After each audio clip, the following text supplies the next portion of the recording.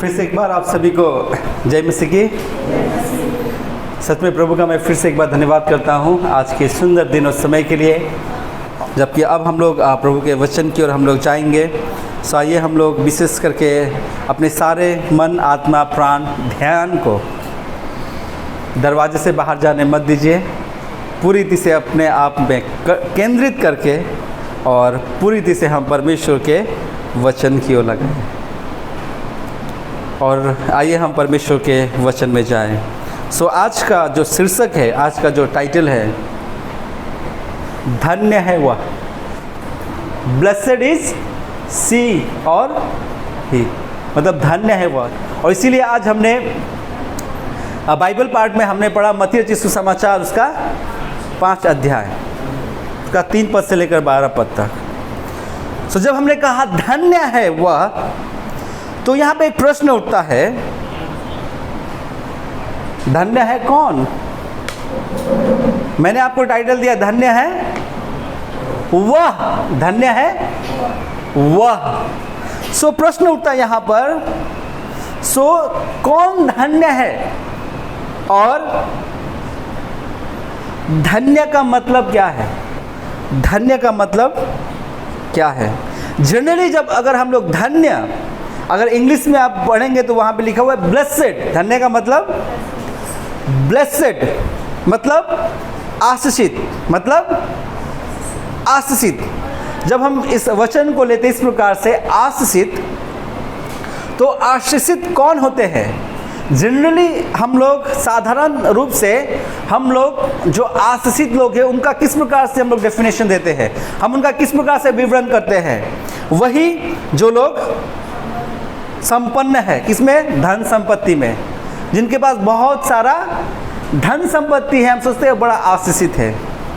या फिर जिनका अपना घर हो, अपने गाड़ियाँ हो, बंगले हो, और वो लोग आशीषित है। या फिर जिनके पास अच्छी नौकरी हो, अच्छा नौकरी, सरकारी नौकरी, अच्छा नौकरी, और प्राइवेट नौकरी भी करता हो तो अच्छा पोस्ट में हो, कम से कम 30, 40, 50 हज़ार सैलरी मिले। तो हम लोग कहते हैं वो क्या है? आशीषित है। या फिर और संसार में जिनके बाल बच्चे होते हैं उनको भी बोला जाता है आशीषित है। जिनके बाल बच्चे होते हैं उनको भी बोला जाता है कि वे आशीषित है, बाल बच्चे वाला है। सो ये डेफिनेशन है साधारण रूप में। जब हम संसार की ओर से हम लोग देखते हैं तो हम लोग कहते हैं कि ये आशीषित लोग हैं। लेकिन क्या सच में ये लोग आशीषित हैं? सो क्या सच में ये लोग आशीषित है? जब हम लोग कहते हैं धन्य, हिंदी में जब कहते हैं धन्य, तो धन्य का हिंदी में मतलब क्या होता है? धन्य का मतलब होता है प्रशंसा के योग्य। धन्य का मतलब होता है प्रशंसा के योग्य, मतलब जिसमें कुछ बड़ी योग्यता है या कुछ क्षमता है, जिसके कारण से वे लोग क्या होते हैं? प्रशंसा के पात्र है। सो धन्य का मतलब क्या हुआ? जिनमें कुछ विशेष योग्यता है, विशेष योग्यता है। सो वे लोग क्या है? धन्य है। लेकिन आज आप और मैं, हम लोग सांसारिक जो मतलब है उनको साइड में रख के हम लोग परमेश्वर का वचन क्या कहता है, परमेश्वर का वचन बाइबल इस धन्य के विषय में क्या कहता है, उसको हम लोग थोड़ा सा हम लोग ध्यान देंगे और हम लोग सीखने की कोशिश करेंगे कि परमेश्वर का वचन धन्य का मतलब क्या कहता है। जब हम लोग मत्ती रचित सुसमाचार 5 अध्याय का 3 पद पढ़ेंगे,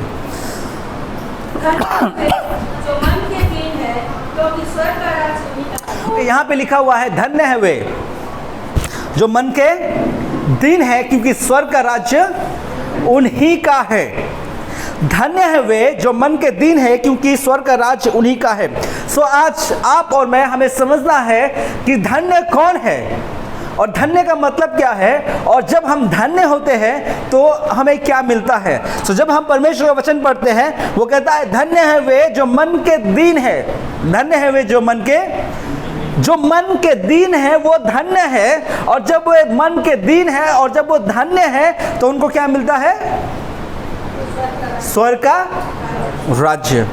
बहुत अच्छी बात है। सो अब यहाँ पे हम लोग ध्यान देंगे, जब हमने पढ़ा मत्ती 5:3 में यहाँ पे लिखा हुआ है धन्य है। जब हम लोग सुनते हैं धन्य, जो मतलब जो ब्लेसेड, एक्चुअली इंग्लिश में जो ब्लेसेड जो कहा गया है, उसका अगर हम लोग जब जो यूनानी भाषा मतलब ग्रीक में जब हम इसको पढ़ते हैं तो ग्रीक में उसको कहा गया है मकारियोस। और जो मकारियोस का जो मूल मतलब है, जो जड़ में जाकर अगर हम इसका मतलब को समझे तो मकारियोस का मतलब है हैप्पी। मकारियोस का मतलब है हैप्पी और ब्लेसेड। हैप्पी का मतलब क्या है हिंदी में? खुशी। हैप्पी का मतलब है खुशी। और खुशी का हिंदी में मतलब क्या है? खुशी का मतलब है आनंदित, प्रसन्नता और आरामदायक, सुखद। आज बहुत सारा मतलब आपको बताने वाला, हम लोग हिंदी का क्लास करेंगे आज। जब परमेश्वर वचन, अब यहाँ पे हम लोग ध्यान से पढ़ेंगे। देखिए हिंदी में मुझे लगता है बहुत जगह पे जो मीनिंग है वो बिल्कुल लिटरल मीनिंग नहीं दिया गया है। जिस प्रकार से जब कहता है धन्य, तो वास्तविकता में यहाँ पे क्या है? ये एक धन्य एक्चुअली अच्छा शब्द है। धन्य एक अच्छा शब्द है, इसीलिए धन्य यूज़ किया गया है। लेकिन जब अगर हम लोग मूल में जाकर हम लोग पढ़ेंगे तो वास्तविकता में कहता है परमेश्वर का वचन, सुखी है वो व्यक्ति जो मन के दीन है, जो मन के दीन है। और फिर जब कहता है कि मन के दीन है, तो मन के दीन है का मतलब क्या है? अच्छा, दीन का मतलब क्या है? देखिए हम लोग समझने वाले हैं धन्य कौन है, हम लोग समझने वाले हैं सुखी कौन है, हम लोग समझने वाले हैं सुखी कौन है। सो परमेश्वर वचन कहता है धन्य है वे जो मन के दीन है। इंग्लिश में लिखा हुआ है blessed are who poor in spirit, poor in spirit. Okay, जब हम इसको मूल रीति से जब ग्रीक वर्ड में हम लोग देखते हैं तो जो मन है, मन को वहाँ पे ग्रीक में जो यूज़ किया गया शब्द वो है न्योमा। सो न्योमा का मतलब क्या होता है? स्पिरिट। अच्छा, मन का अगर हम लोग हिंदी में अगर हम इसका अनुवाद करें तो क्या होगा? मन का इच्छा, अंतस्करण और आत्मा। और ग्रीक में जो शब्द यूज़ किया गया है वो है न्योमा। सो न्योमा का मतलब है स्पिरिट। न्योमा का मतलब है स्पिरिट, और स्पिरिट का मतलब है, स्पिरिट का बहुत सारा मतलब है, सिर्फ स्पिरिट का आत्मा केवल नहीं है। अगर इसको हम सही से अगर देखें तो एक्चुअली ब्रीथ भी कहा गया है, ब्रीथ, सांस। क्योंकि परमेश्वर ने क्या फूका? जीवन का श्वास, वो आत्मा है। उसके बाद हम लोग देखते हैं मन का जो क्या है? दीन है। दीन, अब दीन का मतलब क्या है? दीन को जो ग्रीक वर्ड यूज किया गया है वो है पटकोस।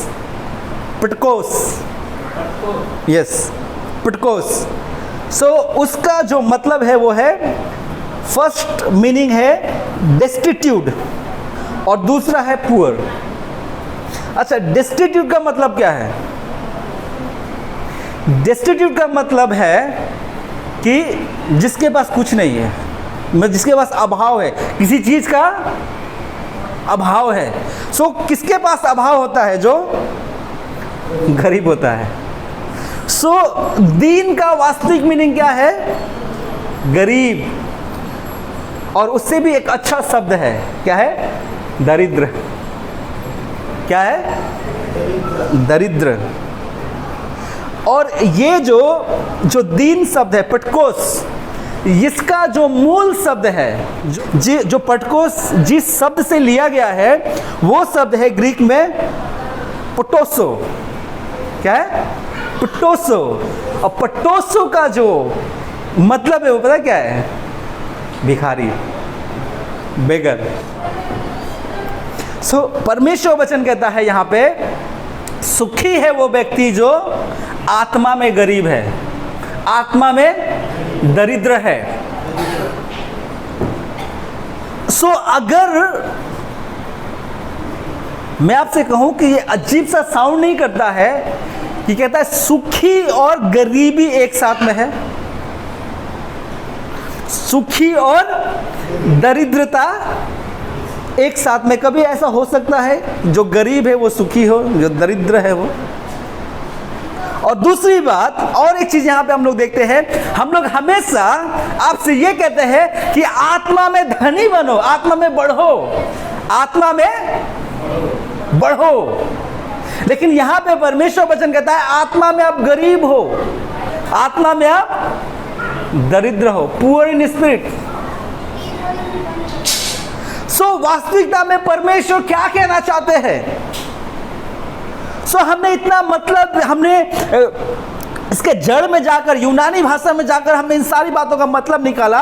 परमेश्वर वचन अंत में हमने ये पता लगाया कि वास्तविकता में धन्य है वे जो मन के दीन। इसका मतलब है सुखी है वो व्यक्ति जो आत्मा में गरीब है, सुखी है वो व्यक्ति जो आत्मा में गरीब है, और उन्हीं को लेकिन स्वर्ग का राज्य मिलेगा। तो वास्तविकता में अगर आप और मैं हम इस बात को समझे कि कहने का मतलब परमेश्वर क्या कहना चाहता है, आत्मा में गरीब, आत्मा में। ये प्रश्न जब बिली ग्राहम से पूछा गया कि बिली ग्राहम जी आप बताइए कि ये परमेश्वर वचन में जो कहा गया है कि आत्मा में गरीब होने का मतलब क्या है, What is the meaning of being poor in spirit? Billy Graham ने इस प्रकार से उत्तर दिया। बिली ग्राहम ने कहा कि आत्मा में गरीब होने का मतलब है हमें आत्मा में नम्र होना है। दूसरे शब्दों में कहने का मतलब है कि जब हम परमेश्वर के पास आते हैं तो हमें अपने पापों को पहचानना है, महसूस करना चाहिए, और अपने आत्मिक खालीपन और गरीबी को भी महसूस करना चाहिए। हमें खुद से संतुष्ट नहीं होना, ना ही अपने हृदय में घमंडी होना है, यह सोचते हुए कि हमें परमेश्वर नहीं चाहिए। यदि हम ऐसा है तो परमेश्वर हमें आशीष नहीं देंगे। याकूब 4:6। वह तो और भी अनुग्रह देता है, इस कारण यह लिखा है, परमेश्वर अभिमानियों का विरोध करता है पर दीनों पर अनुग्रह करता है। क्यों? क्योंकि परमेश्वर वचन में लिखा हुआ है वो दीनों पर तो अनुग्रह करता है पर अभिमानियों का विरोध करता है। हमारा परमेश्वर अभिमानी घमंडी लोगों का विरोध करता है। हमारा परमेश्वर जो नम्र और दीन है उन पर अपना अनुग्रह डालता है। और हम लोग जानते हैं कि घमंड एक ऐसा चीज है जो आपको और मुझे नष्ट करने में देर नहीं करता है। नीति वचन में लिखा हुआ है कि विनाश के पहले क्या आता है? क्या आता है? घमंड आता है। इसीलिए परमेश्वर का वचन हमें बताता है कि हमें घमंडी नहीं होना है, हमें बल्कि नम्र होना है। हमें बल्कि परमेश्वर के वचन के द्वारा अपनी आत्मा में हमें और भी हमें नम्र स्वभाव का हमें बनते जाना है। क्योंकि जो आत्मिक घमंड करते हैं, आत्मिक घमंड करने का मतलब क्या है? कि मैं आत्मा में बहुत पावरफुल हूँ। ये आत्मिक घमंड कौन करते हैं? जो लोग अपने आप को बहुत ज़्यादा स्पिरिचुअल बा आत्मिक समझते हैं, जो बाद में वही लोग बाद में जाके फॉल्स टीचर बन जाते हैं या फिर फॉल्स प्रोफेट्स, झूठे भविष्यवक्ता। क्यों? क्योंकि वो आत्मा में इतना घमंड उनका हो जाता है, वो सोचते हैं कि मैं जो भी बोलता हूँ वो सही बोलता हूँ। इस बात का डर है। इसीलिए शारीरिक घमंड से बढ़कर आत्मिक घमंड, आत्मिक बहुत खतरनाक है। इसीलिए परमेश्वर कहता है कि आत्मा में दीन बनो। शारीरिक तो होना ही होना, लेकिन आत्मा में दीन बनो। आप इतने पवित्र मत बन जाओ कि लोगों से कहना अब मुझे मत छुओ क्योंकि मैं बहुत पवित्र हूँ, आत्मा में बहुत सो आप इन अ डेंजर मोड, आप ऐसे मोड़दार रास्ते में है जो बहुत ही खतरनाक है। आपको बैठने के लिए अलग सिंहासन चाहिए, अगर आप मतलब ऊंचे स्थान चाहिए, क्योंकि आप बिल्कुल क्या है, पवित्र है। इसका मतलब आप पवित्र नहीं है, आप आत्मा में घमंडी हो रहे। सो बी केयरफुल, क्योंकि ऐसे लोग कब गलत रास्ते पर मुड़ जाते उनको पता नहीं होता, क्योंकि वे लोग गलत मोड़ पे, खतरनाक मोड़ पे है। वे सीधे नहीं जा रहे, वो खतरनाक मोड़ पे है। तो इसीलिए परमेश्वर कहता है कि आत्मा में नम्र बनो। किसमें बनो? आत्मा में नम्र बनो, आत्मा में गरीब बनो। कहने का मतलब आत्मा में नम्र बनो, क्योंकि जो बाहर से जितना धनी अपने आप को दिखाता है, वास्तविकता में अंदर में उतना ही गरीब होता है।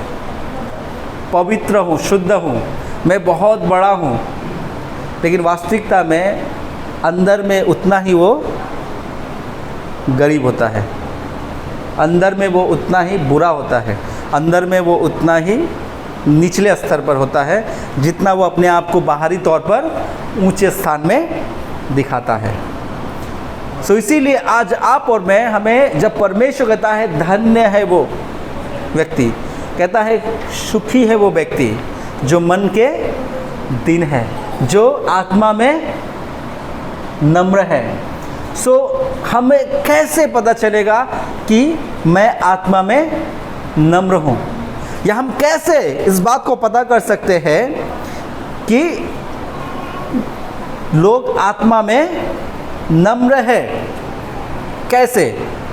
तो कुछ बातों को हमें अनुसरण करना है, हमें फॉलो करना है। जब इन बातों को अपने जीवन में हम फॉलो करेंगे, देखेंगे तो, और इस बात को अगर हम फॉलो करेंगे तो हम अपने आत्मा में भी नम्र बनेंगे, और हम देख पाएंगे दूसरे लोग भी जो आत्मा में नम्र है कि नहीं है। सो पहला बात क्या है कि जिससे हमें पता चले कि क्या मैं आत्मा में नम्र हूँ? पहला पत्रस 5:5, आत्मा में नम्रता का गुण क्या है?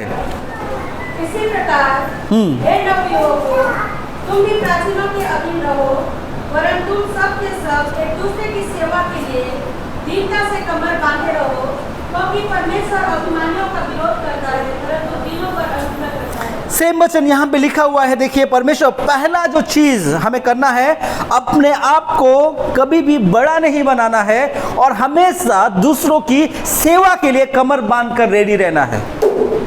सो आत्मा में कौन नम्र है? वे लोग जो कभी भी अपने आप को बड़ा नहीं बनाता और सबकी सेवा के लिए अपने कमर बांधकर तैयार रहते हैं। सो क्या आप है, क्या मैं हूं, क्या हम हैं? इस बात को हमें देखना है। पहला पत्रस 5:5 से हमें यह सीखने को मिलता है कि आत्मा में नम्र वही लोग हैं जो हमेशा सेवा के लिए तैयार रहते हैं।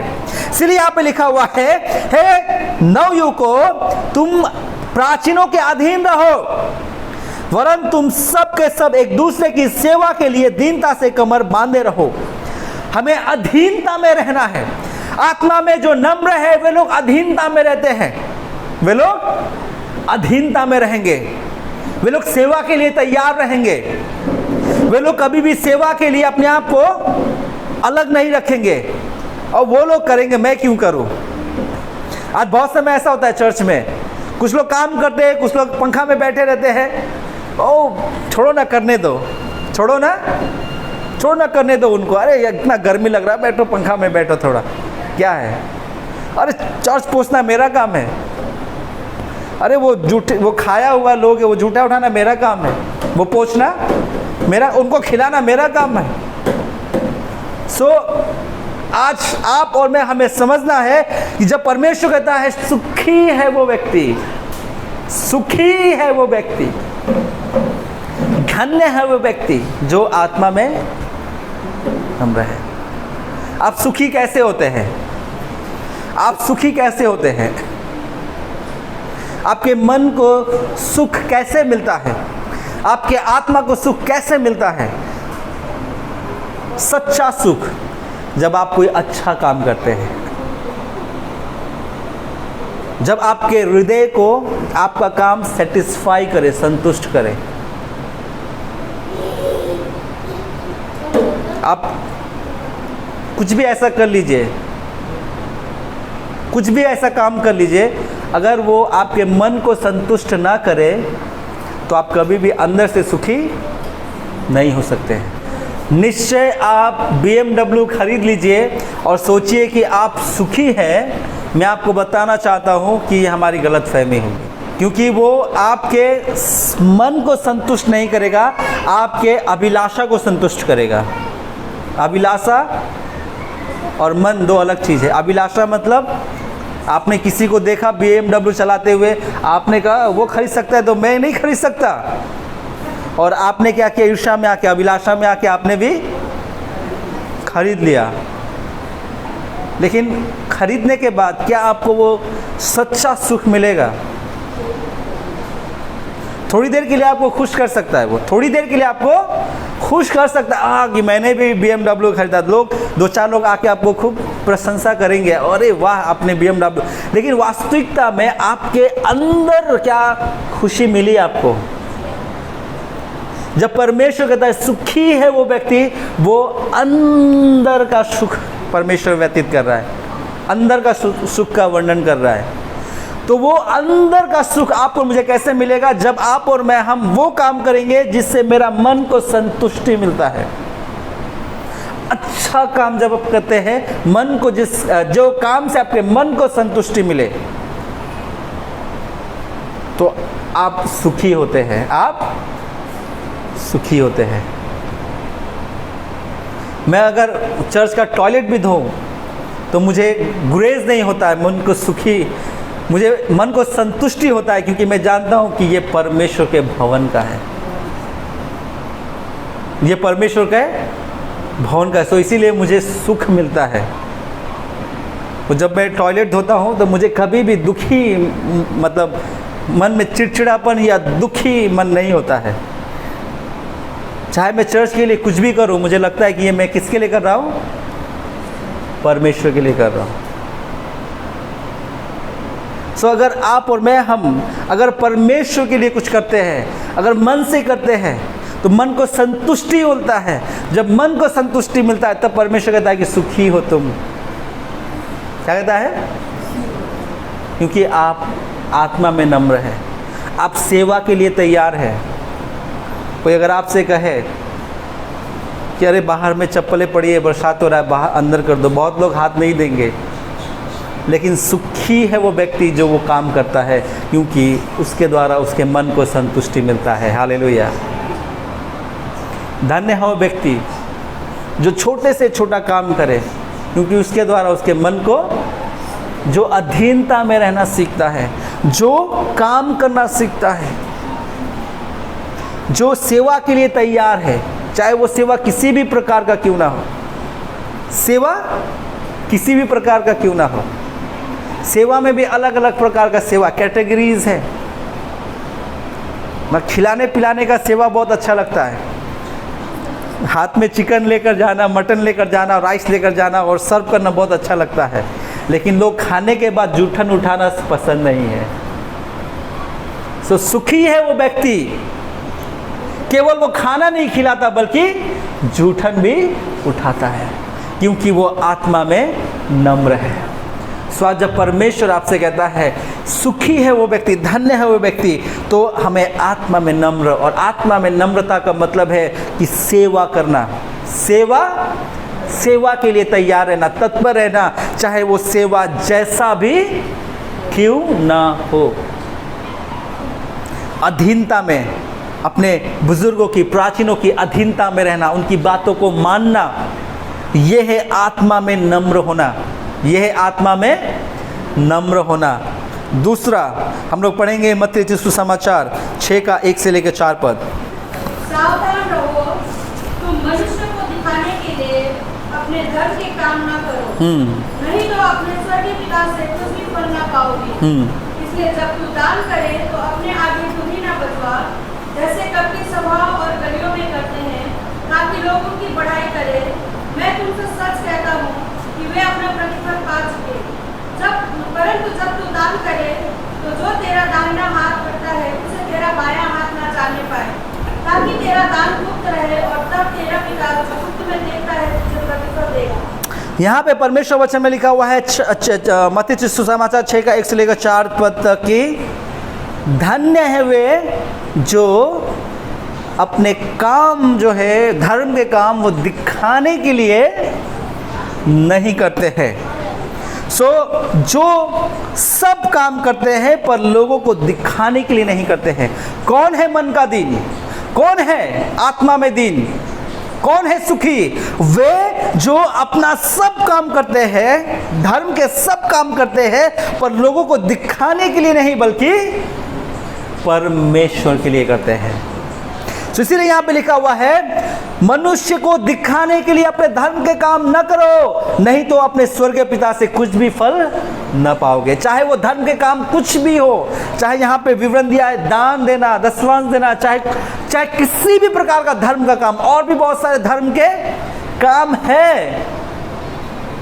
जब आप परमेश्वर के लिए जब आप कुछ भी करो तो लोगों को दिखाने के लिए नहीं बल्कि परमेश्वर के लिए करो, परमेश्वर के लिए करो। आज हम लोगों को दिखाने के लिए हम बहुत काम करना चाहते हैं, हम दिखाना चाहते हैं मैं ये भी कर रहा हूं, मैं वो भी कर रहा हूं, लेकिन वो सही नहीं कर रहे हैं, वो अच्छे से नहीं कर रहा है, जिस प्रकार से करना चाहिए ईमानदारी के साथ वो नहीं कर रहा है, लेकिन बस वो दिखाने के लिए कर रहा है कि वो कर रहा है, वो कर रहा है। आज परमेश्वर वचन कहता है कि धन्य है वे जो दिखाने के लिए, दिखावा के लिए नहीं करता है। कोई ना देखे, जब बहुत लोग रहेंगे तो हम काम करेंगे, जब कोई नहीं रहेगा तो मैं भी नहीं रहूंगा, क्योंकि बहुत लोग रहेंगे तो वो देखेंगे कि मैं काम करता हूं तो लोगों में वो हवाई होगी, अरे देखो फलाना कितना काम करता है चर्च के लिए। लेकिन जब सच में जरूरत होता है, जब कोई नहीं होता है तो वो भी नहीं होता है। क्यों? क्योंकि उस समय कोई नहीं देखेगा और कोई भी उसके कामों का तारीफ नहीं करेगा। परमेश्वर वचन कहता है सुखी है वो व्यक्ति जो अपने काम, धर्म के काम दिखाने के लिए नहीं बल्कि परमेश्वर के लिए करता है, क्योंकि वो आशीष परमेश्वर से पाएगा। हालेलुया, मनुष्य से नहीं। क्योंकि परमेश्वर वचन में लिखा, अगर हम धर्म के काम दिखाने के लिए करें, लोगों के सामने करें, तो लोग हमारी बड़ाई करेंगे, वही हमारा प्रतिफल है। अगर लोगों ने कहा कि वाह नवीन कितना अच्छा लड़का है, देखो चर्च में कितना काम करता है, तो मेरा प्रतिफल वहीं तक सीमित रह गया। लेकिन अगर किसी ने नहीं देखा और मैंने अपने पिता के लिए सब कुछ ईमानदारी के साथ किया, तो जो मेरा पिता गुप्त में देखता है वो मुझे गुप्त में आशीष देगा। हालेलुया। और ये मनुष्य की प्रशंसा से वो आशीष बढ़कर होगा। हालेलुया। सो आज हमें मनुष्य का प्रशंसा चाहिए या फिर अपने पिता से सच में आशीष चाहिए? आइए हम अपने काम, धर्म के काम ईमानदारी के साथ परमेश्वर के लिए करें, ना कि दिखाने के लिए करें। कौन है सुखी व्यक्ति और कौन है आत्मा में नम्र? वे जो धर्म के काम लोगों को दिखाने के लिए नहीं बल्कि परमेश्वर के लिए करते हैं, वो भी ईमानदारी के साथ। तीसरा हम लोग पढ़ेंगे लूका 14 का 7 से लेकर 11 पद तक। जब उसने देखा कि आमंत्रित लोग कैसे मुख्य जगह चुन लेते हैं, तो एक दृष्टांत देकर उसने कहा, जब कोई तुझे विवाह में बुलाए तो मुख्य जगह में ना बैठना। अच्छा। कहीं ऐसा ना हो कि उसने तुझसे भी किसी बड़े को न्योता दिया हो, और जिसने तुझे और उसे उन दोनों को न्योता दिया है आकर तुझसे कहे इसको जगह दे, और तब तुझे लज्जित होकर सबसे नीची जगह में बैठना पड़े। पर जब तो बुलाया जाए तो सबसे नीची जगह में जा बैठ। जब वो जिसने तुझे न्योता दिया है आए तो तुझसे कहे हे मित्र आगे बढ़कर बैठ, तब तेरे साथ बैठने वाले के सामने तेरी बड़ाई होगी। ओके। क्योंकि जो कोई अपने आप को बड़ा बनाएगा हाँ, छोटा किया जाएगा, और जो कोई अपने आप को छोटा बनाएगा वो बड़ा किया जाएगा। Praise the Lord. तीसरा वचन, परमेश्वर का वचन ये कहता है, कौन है जो आत्मा में नम्र है? वो जो हर जगह सबसे निचले स्थान में बैठना पसंद है, या प्रसन्न, उसको बैठने में प्रसन्नता मिलती है। मतलब वो अपने लिए कोई ऊंचा पद नहीं चुनता है, हर जगह सबसे निचले स्थान में भी वो प्रसन्न रहता है। हर जगह सबसे निचले स्थान में भी अगर उसको बैठने दिया जाए तो वहां पर भी वो प्रसन्न होता है। मतलब उसको ऊंचे पद की लालच नहीं है, ऊंचे पद का उसको लोभ नहीं है। और इसीलिए यहाँ पे एक उदाहरण परमेश्वर वचन में लिखा हुआ है, जब तुझे किसी जगह पे निमंत्रण दिया जाए, जब तू वहां पे जाए तो कभी भी आगे वाला सीट या कोई ऊंचा पद में तू जाके मत बैठ जाना। नहीं तो क्या होगा, अगर कोई तुझसे भी ऊंचा वाला व्यक्ति अगर आमंत्रित किया गया हो, तो अगर तुझको कहे कि भाई ये सीट उनके लिए है, तो क्या होगा, वहां पे हमारा फिनिश, इज्जत का बाजीपाला खत्म। लेकिन अगर परमेश्वर का वचन कहता है कि तू पीछे बैठा, निचले स्थान में बैठा है, और जिसने तुझे बुलाया वो आकर करे, अरे भाई तुम यहाँ पे क्यों बैठे हो, आगे आओ, सामने बैठो, और तुझे वो ऊंचे स्थान में, आगे स्थान में बैठा है, तो तुम्हारा नाम क्या होगा, वहां पे ऊंचा होगा, तुम्हारा इज्जत बढ़ेगा। लोग देखेंगे, अरे देखो कितना सम्मान्य व्यक्ति है, जो हमारे साथ नीचे बैठा था, पीछे बैठा था, लेकिन मालिक ने उसको देखो सामने बैठाया है। मतलब इज्जतदार व्यक्ति है, सम्मान्य व्यक्ति है, सो हमारा सम्मान बढ़ेगा। इसीलिए सुखी है वो व्यक्ति जो पोजीशन का लालच नहीं करता है। सुखी है वो व्यक्ति जो ऊंचे पद का लोभ नहीं करता है, वो निचले पद से ही हमेशा प्रसन्न रहता है। जो भी पद उसको दिया गया वो उससे पीछे, नीचे, चाहे जैसा भी अवस्था में, वो उससे प्रसन्न होता है। वो कभी भी ऊंचे पद का लोभ और लालच नहीं करता है। मतलब वो कभी भी अपने आप को बड़ा नहीं बनाता है, क्योंकि परमेश्वर वचन में लिखा हुआ 11 पद में पढ़ा, जो अपने आप को बड़ा बनाता है वो छोटा किया जाएगा, और जो अपने आप को छोटा बनाएगा वो बड़ा किया जाएगा। फिलिपियों 2:3 हम लोग पढ़ेंगे। विरोध या झूठी बड़ाई के लिए कुछ न करो, दीनता से एक दूसरे को अपने से अच्छा समझो। देखिए यहाँ पे लिखा हुआ है, विरोध या झूठी बढ़ाई के लिए कुछ ना करो, पर दीनता से एक दूसरे को अपने से अच्छा समझो। दीनता से एक दूसरे को अपने से अच्छा समझो। हम बड़े हैं, नहीं नहीं नहीं, ऐसा मत सोचो। जो आपका पड़ोसी है उसको कहो कि वो अच्छा है। हम एक दूसरे को क्या करना है, अपने से अच्छा समझना है। हमेशा दूसरों की बड़ाई करो, हमेशा दूसरों को पद दो, हमेशा दूसरों को आगे बढ़ाओ, हमेशा दूसरों की भलाई करो, हमेशा दूसरों को पहले स्थान दो। जब आप ये करेंगे तो दूसरे भी आपके साथ वैसा ही व्यवहार करेंगे। हालेलुया। अगर आपको सम्मान लेना है तो कहा जाता है सबसे पहले सम्मान दीजिए। If you want to receive respect, give respect. अगर आपको सम्मान चाहिए तो आपको सम्मान देना भी होगा। सो इसीलिए सुखी है वो व्यक्ति और आत्मा में नम्र है वो व्यक्ति जो निचले स्थान में भी प्रसन्न रहता है। चौथा, फिलिपियों 2:4। हर एक अपने ही हित की नहीं वरन दूसरों के हित की भी चिंता करे। जो अपने फायदे को दूसरों के लाभ के लिए छोड़ दे, जो अपने फायदे को, अगर किसी बात से मुझे फायदा हो रहा हो, लेकिन अगर उसी बात से दूसरों को भी फायदा हो रहा हो, तो मैं अपना फायदा छोड़कर उसको वो फायदा लेने दूंगा। चौथा यही है, जो अपने फायदे को दूसरे के लाभ के लिए छोड़ दे। कौन है आत्मा में नम्र? जो अपना फायदा नहीं बल्कि दूसरों का फायदा सोचे। इसीलिए यहां पे लिखा हुआ है 4 पद में, जब हमने पढ़ा, हर एक अपने हित का नहीं वरन दूसरों के हित का चिंता करे। अपनी भलाई का नहीं, अपने स्वार्थ का नहीं, अपने लिए नहीं बल्कि दूसरों की भलाई के लिए सोचे।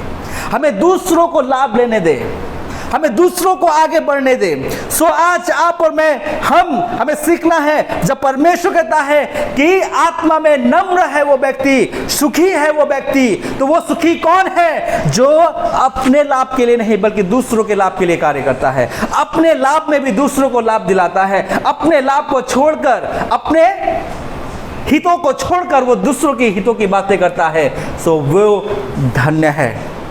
पांचवा, जब हम पढ़ेंगे यूहन्ना 17:19, के लिए मैं अपने आप को पवित्र करता हूँ ताकि मैं भी सत्य के द्वारा पवित्र किए जाए। पांचवा, कौन है पवित्र? कौन है आत्मा में पवित्र? जो अपने आप को शुद्ध रखता हो ताकि वह दूसरे के लिए उदाहरण बन सके। अपने आप को शुद्ध रखता हो ताकि दूसरों के लिए वो क्या बन सके? उदाहरण बन सके। सो इसीलिए हमने यूहन्ना 17:19 में पढ़ा, क्या पढ़ा? यहां पे लिखा हुआ है कि उनके लिए मैं अपने आप को पवित्र करता हूं। उनके लिए, ये प्रभु यीशु मसीह कहते हैं कि मैं उनके लिए अपने आप को पवित्र करता हूं ताकि वे भी सत्य के द्वारा पवित्र किए जाए। सो हम उदाहरण बने दूसरों के लिए, हम अपने आप को पवित्र करें, हम अपने आप को शुद्ध रखें, हम अपने आप को एक उदाहरण बनाकर रखें। कौन है आत्मा में नम्र? जो हर बात में अपने आप को एक उदाहरण बनाकर रखता है ताकि दूसरे उसको देखकर क्या करें? सीखे। सो आज आप और मैं, हमें अपने आप को इस रीति से शुद्ध रखना है, अपने जीवन को इस रीति से हमें बनाए रखना है ताकि दूसरे लोग हमें देखकर क्या करें? सीखे, हम उनके लिए एक उदाहरण बने। सुखी है वो व्यक्ति जो दूसरों के लिए उदाहरण बने। सुखी है वो व्यक्ति जो दूसरों के लिए उदाहरण बने, क्योंकि वही आत्मा में नम्र होते हैं। छठा मत्ती रचित सुसमाचार 16:24। तब यीशु ने अपने चेलों से कहा, हाँ, यदि कोई मेरे पीछे आना चाहे तो अपने आप का इनकार करे और अपना क्रूस उठाए और मेरे पीछे हो ले। प्रभु यीशु मसीह यहाँ पे कहते हैं कि अगर कोई मेरा चेला शिष्य होना चाहे तो क्या करे? अपने आप का इनकार करे, अपने आप का इनकार करे। और जो हम लोग यहाँ पे पढ़ते हैं अपने आप का इनकार करे, उसका मतलब है क्या है? अगर इसको हम लोग यूनानी भाषा में पढ़ेंगे तो लिखा हुआ है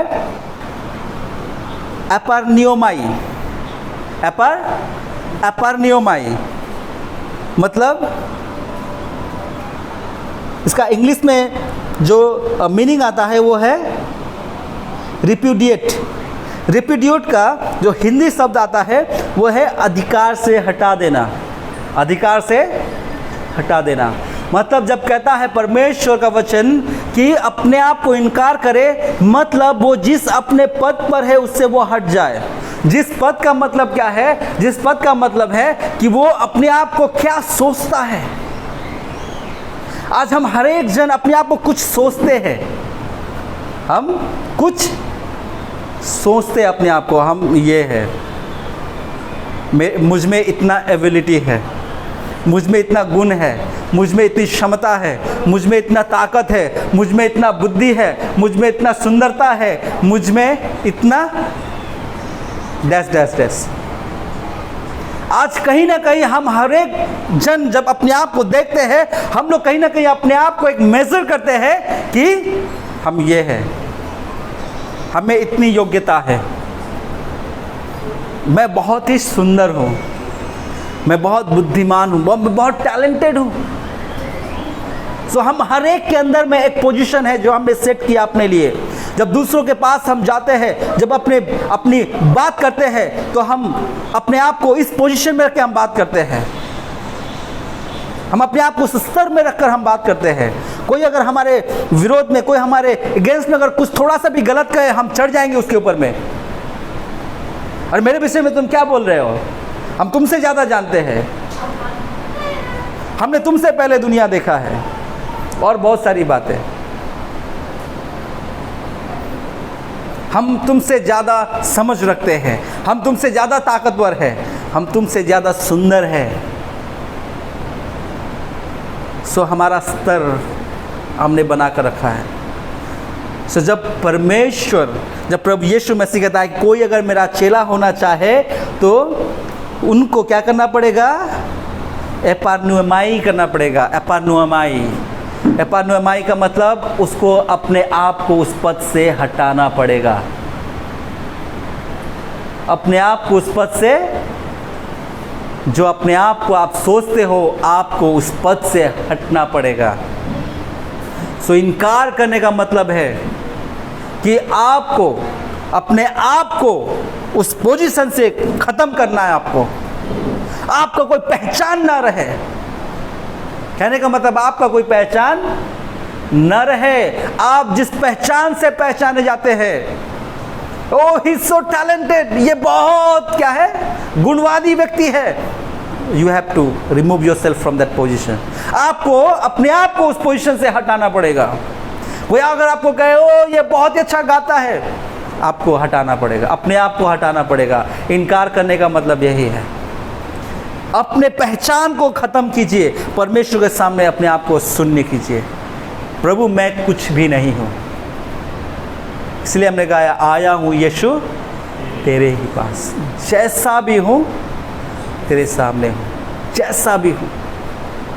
बहुत टैलेंटेड नहीं हूँ प्रभु, मैं बहुत सुंदर नहीं हूँ प्रभु। आपकी सुंदरता अगर आपके सामने है, उसको हटाइए। सुंदर परमेश्वर ने सबको बनाया है। कोई अपनी सुंदरता पे घमंड ना करे, कोई अपनी सुंदरता पे घमंड ना करे, क्योंकि परमेश्वर ने सुंदर हर एक मनुष्य को बनाया है, चाहे वो जिस भी रंग का हो, चाहे वो जिस भी ढांचे का हो। हर एक जन परमेश्वर के स्वरूप में सिरजा गया है। हालेलुया। और अगर हम किसी व्यक्ति को उसके स्वरूप और उसके रंग रूप से उसका अगर भेदभाव करते हैं, तो इसका मतलब है हम डायरेक्टली अपने परमेश्वर का भेदभाव करते हैं। हम डायरेक्टली अगर किसी को हम किसी को बदसूरत बोलते हैं, इसका मतलब मैं अपने परमेश्वर को बदसूरत बोल रहा हूँ। अगर मैं किसी को उसके ढांचे के अनुसार उसका मैं मजाक उड़ा रहा हूँ, तो इसका मतलब मैं अपने परमेश्वर का मजाक उड़ा रहा हूँ, क्योंकि हम सब परमेश्वर के स्वरूप और समानता में सिरजे गए हैं। सो इसीलिए आइए हम अपने पोजीशन को अपने आप से हटा दें और हमें अपने आप का इनकार करें। आइए हम अपने पहचान को मिटा दें, आइए हम अपने पहचान को ख़त्म करें। नम्र वही है जो अपने पहचान को ख़त्म करे और वो प्रभु यीशु के नाम से जाना चाहे। हालेलुया। मैं जो भी हूँ प्रभु तेरे कारण हूँ, मैं जो भी हूँ बस और बस तेरे कारण हूँ। अगर मैं अच्छा गाता हूँ तो वो तूने क्वालिटी दिया है, मुझ में कुछ भी नहीं है, मुझ में कुछ भी नहीं है। आज पास्टर्स लोग, आज भविष्यवक्ता लोग आज बहुत बड़े बन जाते हैं। जब उनके जीवन से भविष्यवाणियाँ होने लगती है, चंगाई होने लगता है, अद्भुत काम होने लगते हैं, तो कई बार कई पासवान, कई जो भविष्यवक्ता हैं वो भटक जाते हैं, क्योंकि उनमें वो घमंड आ जाता है, क्योंकि उनमें वो पोजीशन आ जाता है कि मेरे द्वारा हो रहा है, मेरे द्वारा हो रहा है। अरे अद्भुत काम हुआ आज मेरे द्वारा। एक्चुअली मेरे द्वारा नहीं, बल्कि मैं कुछ भी नहीं हूँ।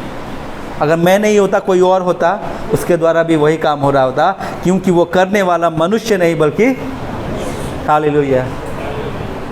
सो आज आप और मैं, जब परमेश्वर कहता है आत्मा में नम्र होना, मतलब अपने पहचान को ख़त्म करना। चाहे आप जितने भी बड़े व्यक्ति हो, चाहे जितने भी धनी व्यक्ति हो, चाहे गुणकारी व्यक्ति हो, चाहे सुंदर हो, चाहे ताकतवर हो, चाहे जैसा पोजीशन में हो, लेकिन जब प्रभु यीशु के सामने आते हैं आप कुछ भी नहीं हो। आप यू आर नथिंग, आप कुछ भी नहीं। धन्य है वही, सुखी वही है जो अपने आप को कुछ नहीं समझता है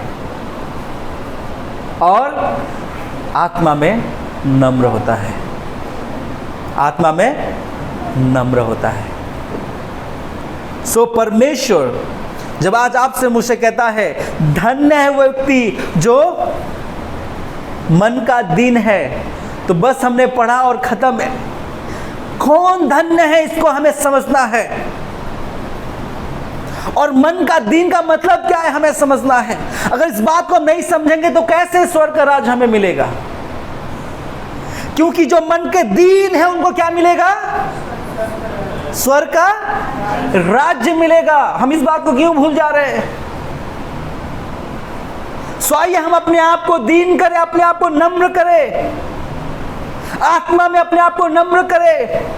मन का दीन का मतलब आप आत्मा में नम्र, और जो आत्मा में नम्र करेगा वही सुखी होगा, और जो सुखी होगा उसी को परमेश्वर कहता है मैं तुझे स्वर्ग राज्य दूंगा। हालेलुया। स्वर्ग राज्य जब कहता है स्वर्ग राज्य, किंगडम, तो इसका जो यूनानी भाषा में जो मतलब आया है वो कहता है बासिलियाई। बासिलियाई, और बासिलियाई का जो शब्द है उसका जो मीनिंग है वो है किंगशिप। वो है किंगशिप, अथॉरिटी, रूल। मतलब जब कहता है परमेश्वर मैं तुम्हें स्वर्ग का राज्य दूंगा, इसका मतलब ये नहीं है कि हम स्वर्ग का राज्य में प्रवेश करेंगे और वहाँ पे रहेंगे और प्रजा बनकर खूब आनंदित करेंगे। हम यही सोचते हैं, हम इतना ही सोचते हैं। जब कहते हैं हमें परमेश्वर क्या करेगा? स्वर्ग राज्य देगा, तो हमारा सोच वहीं तक था। मैं तो उतना ही सोचता था, आप कितना सोचते थे मुझे पता नहीं है। जब आपको कहा जाता था स्वर्ग का राज्य मिलेगा, आप क्या सोचते थे? आप क्या सोचते थे? स्वर्ग में स्थान मिलेगा, स्वर्ग में स्थान मिलेगा, यही सोचते थे। मैंने भी इतना ही सोचा, इससे बढ़कर नहीं सोचा है। लेकिन जब वास्तविक मीनिंग में जब हम जाते हैं बासिलियाई, तो वो कहता है कि स्वर्ग राज्य का मतलब किंगशिप दूंगा मैं तुम्हें। किंगशिप, किंगशिप का मतलब राज्य, मतलब तुम्हें राजा बनाऊंगा मैं। तुम प्रजा बनकर नहीं रहोगे, तुम वहां पे प्रजा बनकर नहीं रहोगे, तुमको अधिकार दूंगा मैं, तुम राज्य करोगे, तुम रूल करोगे वहां पे। तुम वहां पे राज्य करने के लिए तुम बुलाए गए हो। तुमको जब स्वर्ग का राज्य मिलेगा मतलब तुम वहां पे राज्य करोगे। केवल एक सामान्य साधारण रूप में स्वर्ग राज में प्रवेश करके प्रभु का धन्यवाद नहीं, ऐसा करने के लिए नहीं, बल्कि तुम वहां पे राज्य करने के लिए परमेश्वर तुमको ले जाएगा। हालेलुया।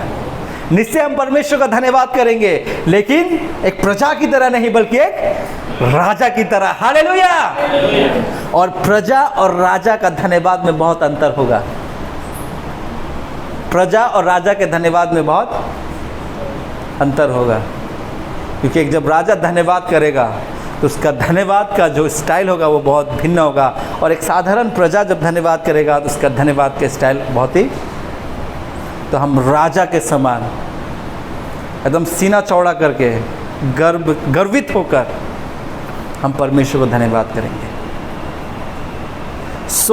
जब परमेश्वर का वचन आपसे मुझसे कहता है धन्य है वे, क्योंकि ये मानव जाति का मूल मंत्र है। प्रभु यीशु मसीह ने पहाड़ी उपदेश में मानव जाति को मूल मंत्र दिया है। अगर इस वास्तविकता में धन्य कितने हैं? धन्य सब कितने हैं? लेकिन ओरिजिनली 8 है। ओरिजिनली 8 है। वास्तविकता में 10 और 11 एक ही है। एक्चुअली 10 और 11 एक ही है। अगर आप पढ़ेंगे धन्य है वे जो धार्मिकता के कारण सताए जाते हैं, 11 में लिखा हुआ है धन्य हो तुम जो मनुष्य के कारण सताए जाते हो। सो दोनों एक ही है एक्चुअली। धन्य है वे और धन्य हो तुम, वो वे और तुम एक ही है, क्योंकि दोनों क्या होते हैं? सताए जाते हैं। सो इसीलिए 2 एक है, लेकिन इसको अलग अलग पार्ट करके लिखा गया है। सो इसीलिए हम लोग कहते हैं 9 धन्य है, लेकिन ओरिजिनली 8 धन्य है। ओरिजिनली 8 धन्य है। सब जब परमेश्वर कहता है, ये 8 मूल मंत्र हमें दिया धन्य का, सुखी होने का, वास्तविकता में ये 8 वचन जो है वो मनुष्य को सुखी रखने के लिए है। वो धन्य नहीं है, बल्कि अब हम इनको क्या करेंगे, सुखी है वो व्यक्ति। सुखी है वो व्यक्ति जो आत्मा में गरीब है। आत्मा में गरीब है। आत्मा में गरीबी का मतलब हमने देखा जो अपने आप को कभी बड़ा नहीं बनाता, जो सब काम करता है पर लोगों को दिखाने के लिए नहीं, हर जगह सबसे निचले स्थान में भी वो प्रसन्न रहता है, जो अपने फायदे को दूसरों के लाभ के लिए छोड़ दे, अपने आप को शुद्ध रखता हो ताकि वो दूसरों के लिए उदाहरण बने, और अंत में जो अपने आप का इनकार करे, जो अपने आप का, अपने पहचान को जो मिटा दे, यही है आत्मा में गरीब। और जब हम ये काम करते हैं, जब हम आत्मा में नम्र होते हैं इन कामों को करते हुए, तो हम सुखी होते हैं। मनुष्य से अगर आप पूछेंगे कि आपके जीवन में क्या चाहिए, तो आप क्या बोलेंगे? हमें सुख चाहिए। पैसे वाले से पूछिए जाकर आपको क्या चाहिए, जो बहुत BMW में घूमता है, उसको पूछिए आपको क्या चाहिए, बोलेगा हमको मतलब सच्चा सुख चाहिए, हमको शांति चाहिए। रुपया पैसा बहुत है लेकिन शांति नहीं, सुखी नहीं है हम। तो वास्तविकता में मनुष्य को धन संपत्ति से बढ़कर सच्ची शांति और सुख चाहिए, और सच्ची शांति और सुख का मूल मंत्र यही है। सो प्रभु यही हमें सिखाता है, सुखी है वो व्यक्ति जो आत्मा में नम्र है। और यही सीरीज़ हम सीखेंगे आने वाले दिन में, और भी गहरे रूप में इस धन्य के वचन को हम लोग सीखते जाएंगे। ये पहला वचन हमने सीखा, सुखी है वो व्यक्ति जो आत्मा में नम्र है। सो आइए हम आत्मा में नम्र बने। कैसे? 6 मूल मंत्र आपको दिया गया है। उस मूल मंत्र को करते हुए आइए हम आत्मा में नम्र बनते जाए, ताकि हम अपने जीवन में सुखी बनते जाएं। प्रभु आप सबको इस वचन के द्वारा बहुत से आशीष दे। आइए हम सब अपनी आँखों को बंद करें और हम प्रार्थना करेंगे। सामर्थ्य परमेश्वर, धन्यवाद प्रभु इतने सुंदर वचन के लिए प्रभु, जो आपने हमारे जीवन में दिया प्रभु। और प्रभु आपने अपने वचनों का भेद खोला हमारे जीवन में पिता, और जो आपने बताया प्रभु कि धन्य है वो व्यक्ति, अर्थात सुखी है वो व्यक्ति जो आत्मा में नम्र है। धन्यवाद करता हूँ, सहायता कीजिए प्रभु, ताकि ये सारे जो गुण और क्वालिटी है प्रभु वो हमारे अंदर में होने पाए, हम सीखने पाए प्रभु, ताकि हम आत्मा में नम्र बनते जाए। और जब हम आत्मा में नम्र बनते जाएंगे तो हम अपने जीवन में सुखी बनते जाएंगे प्रभु। हम सबको आशीष करें। धन्यवाद प्रभु, ये प्रार्थना सुना मांगते हैं प्रभु यीशु मसीह के नाम से।